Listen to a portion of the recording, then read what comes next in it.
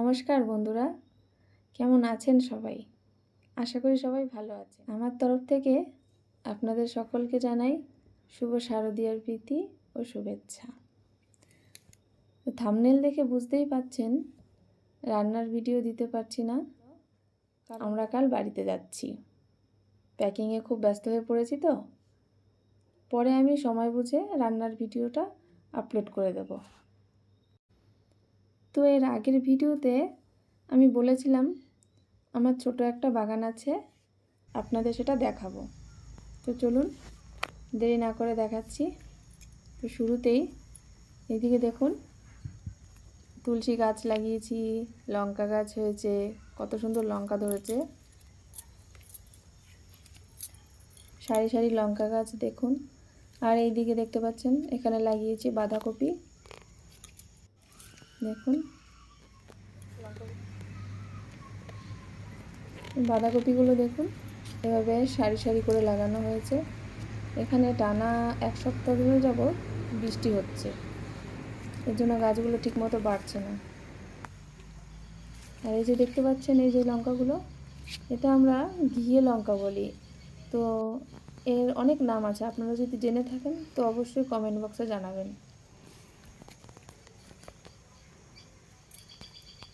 তো এই দিকেও আছে লঙ্কা গাছ, এরপরে আছে বেগুন গাছ, শুরু হয়ে গেল। দেখুন বেগুন গাছগুলো একটু ঘন করে লাগানো হয়ে গেছে, বেগুনও আছে কিছুটা। সব বেগুন গাছগুলি দেখুন ফুল বেরিয়ে গেছে, সব নতুন নতুন পাতা। এই যে বেগুনগুলো দেখুন, এর আগে প্রচুর হয়েছিল, এখন বৃষ্টির জন্য ঠিকমতো হচ্ছে না।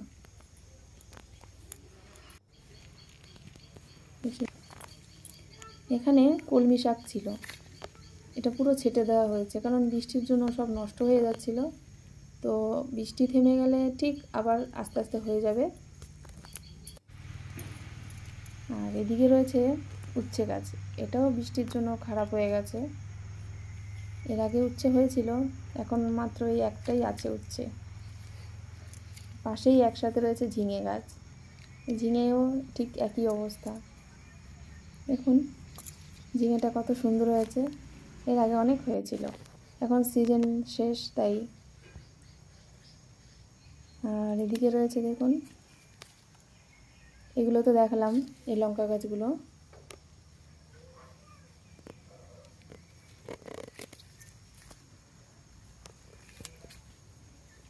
আর এই যে আমার রাধা তুলসী, এখানে যেহেতু রাধা তুলসীটা পাওয়া যায় না তাই বাড়ি থেকে বীজ এনে লাগিয়েছি।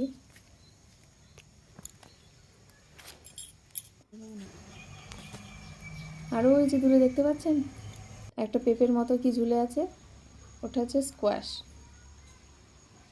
আর এই যে আমার স্ট্রবেরি গাছ, অনেক হয়েছে স্ট্রবেরি চারা, কিন্তু মানে বসানোর সুযোগ পাইনি, চারাগুলো যে বসাবো সুযোগ পাইনি। আর এদিকে দেখুন এটা হচ্ছে রসুন গাছ, এটা এক সপ্তাহ যাবৎ লাগিয়েছি, এক সপ্তাহ হলো এই রসুন গাছগুলো লাগানো হয়েছে। দেখুন কতটা গাছ বেরিয়ে গেছে, দেখুন কত সুন্দর লাগছে। এটা পুরোপুরি রেডি হতে জুন জুলাইতে রেডি হয়ে যাবে রসুনগুলো। এবারে আমি এখন লঙ্কাগুলো তুলে নেব, কারণ কালকে তো বাড়ি যাচ্ছি, বৃষ্টিতে সব লঙ্কাগুলো পচে যাবে, তো শুধু শুধু রেখে কোনো লাভ নেই। আর এদিকে দেখুন বড় ধনেপাতা গাছ, এটা অনেকেই চেনেন। এই লঙ্কাগুলোও তুলব সব, দেখুন পেকে গেছে লঙ্কাগুলো। তো গাছের থেকে আমার সব লঙ্কাগুলোই তুলে ফেলতে হবে। দেখুন কালারটা কত সুন্দর পেকে গেছে।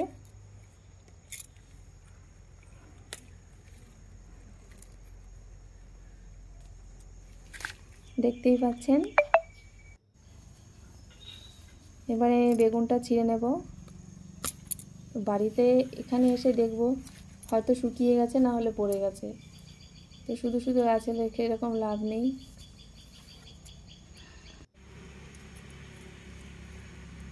উচ্ছেটাও তুলে নেব। আর একটা ঝিঙে কী করতে রাখবো বলুন, এটাও তুলে নেব।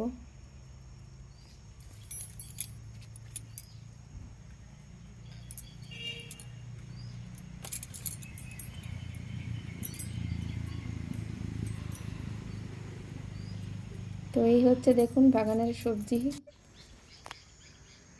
আর এদিকে আছে লেবু গাছ। এবারে অবশ্য ফলন কম হয়েছে,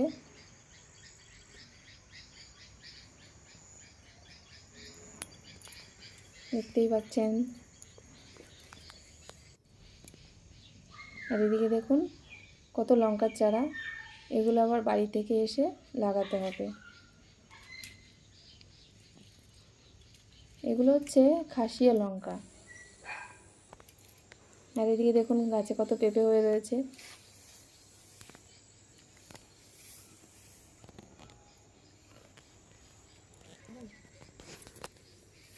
আর এখানে রয়েছে ফুলকপি গাছ। তো এগুলো 15 দিন যাবৎ হয়েছে লাগানো হয়েছে।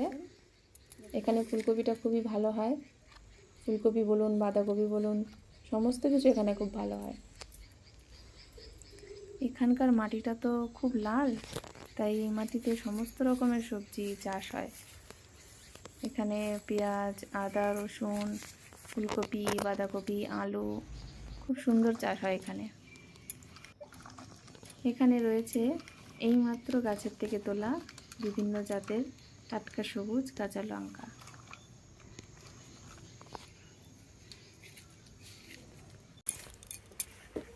কালকে তো বাড়িতে চলে যাচ্ছি, খুব আনন্দ হচ্ছে, আবার একদিকে খারাপও লাগছে। আমার এই বাগানটার জন্য যত্ন তো নেওয়া হবে না। তো সারা বছর তো আমরা অপেক্ষায় থাকি এই পুজোর দিনগুলো বাবা মা ভাই বোন আত্মীয় স্বজন সবার সাথে কাটাবো বলে। তো যাই হোক, আমার মতো কারা আছেন যারা বাইরে থাকেন, পুজোতে বাড়িতে যাচ্ছেন বা যাবেন, তারা অবশ্যই কমেন্ট করে জানাবেন কে কোথায় থাকেন।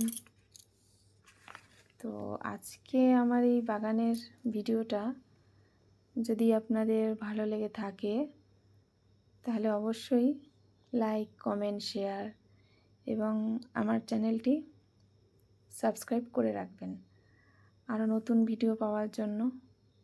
আজকের মতো এখানেই শেষ করলাম।